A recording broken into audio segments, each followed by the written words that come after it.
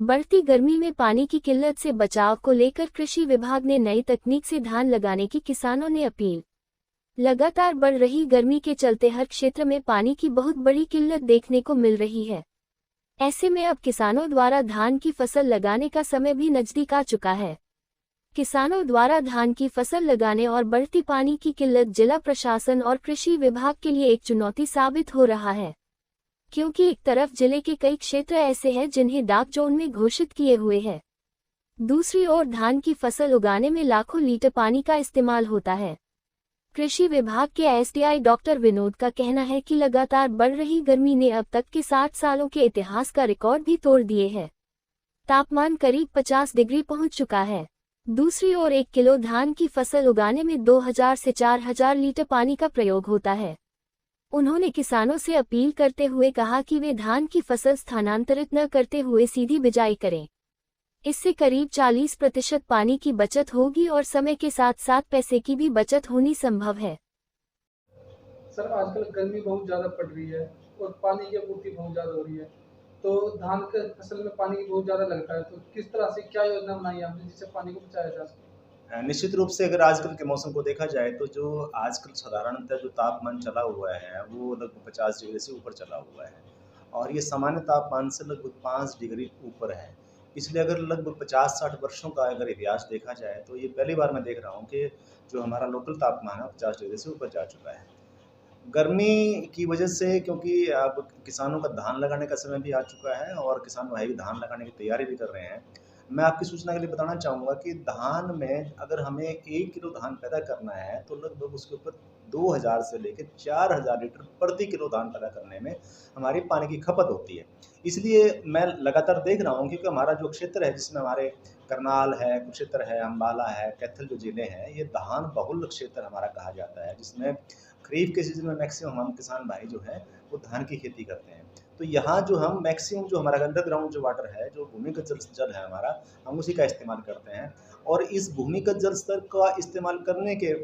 कारण पिछले कुछ वर्षों में ये देखने में आया है कि जो हमारा वाटर टेबल है, जो भूमिगत जल स्तर है हमारा, वो लगातार घटता जा रहा है और पिछले 8-10 वर्षों से ट्रेंड ये चला हुआ है कि लगभग हर वर्ष हम 5 से 6 फीट का हमारे भूमिगत जल स्तर में लगातार गिरावट आती जा रही है। तो इसके लिए हमें एक बहुत ही महत्वपूर्ण योजना और हम किसान भाइयों से अपील करते हैं कि वो जैसे अब धान पैदा करते हैं तो धान पैदा करने के साथ-साथ वो ऐसी तकनीकें अपनाएँ जिससे पानी की बचत भी की जा सके और खेती की एक उत्तम पैदावार प्राप्त की जा सके। उसके लिए सरकार द्वारा विभिन्न योजनाएँ बनाई गई हैं। हमारे द्वारा किसान भाइयों के माध्यम से, किसान भाइयों को ट्रेनिंग प्रोग्राम्स के माध्यम से, किसान गोष्ठियों के माध्यम से लगातार बताया जा रहा है कि वो अन्य वैकल्पिक फसलें जो हमारे हम पैदा कर सकते हैं इस क्षेत्र में, उन वैकल्पिक फसलों पर भी विचार करें और उन फसलों को भी धान के स्थान पर बोने का प्रयास करें। तो किसानों से क्या अपील रहेगी आपकी? साथ-साथ मैं किसान भाइयों से ये अपील करना चाहूँगा कि जैसे धान अगर हम ट्रांसप्लांटेड धान लगाते हैं कि पौध तैयार करें और फिर पौध को हम ट्रांसप्लांट करें और फिर उसका उसका पालन-पोषण करें, तो उसके बजाय कृषि वैज्ञानिकों द्वारा, कृषि विभाग द्वारा एक नई तकनीक का इजाद किया है जिसको हम धान की सीधी बिजाई तकनीक बोलते हैं। अगर किसान भाई उस तकनीक के माध्यम से अगर धान की पैदावार करते हैं, खेती करते हैं, तो उसमें हम कृषि वैज्ञानिक और कृषि अधिकारी ये कहते हैं कि उससे लगभग 25 से 40% तक की आप पानी की बचत कर सकते हैं और साथ-साथ अपना खर्चा भी कम कर सकते हैं। साथ-साथ जो फसल की ड्यूरेशन होती है, जो बीज से बीज तक का जो पकाई का जो समय होता है, वो भी 7-8 दिन हम उसमें कम कर सकते हैं। उस किस्म में हमें जो है अपने खेत की बहाई नहीं करनी पड़ती है, एक बार सिर्फ सिंपल खेत तैयार करना होता है और एक डीएसआर मशीन हमारी आती है, अगर उसके माध्यम से अगर उसकी बिजाई हम सीधी बिजाई करें, तो निश्चित रूप से हम अपने पानी की बचत कर सकते हैं। आपका परिचय?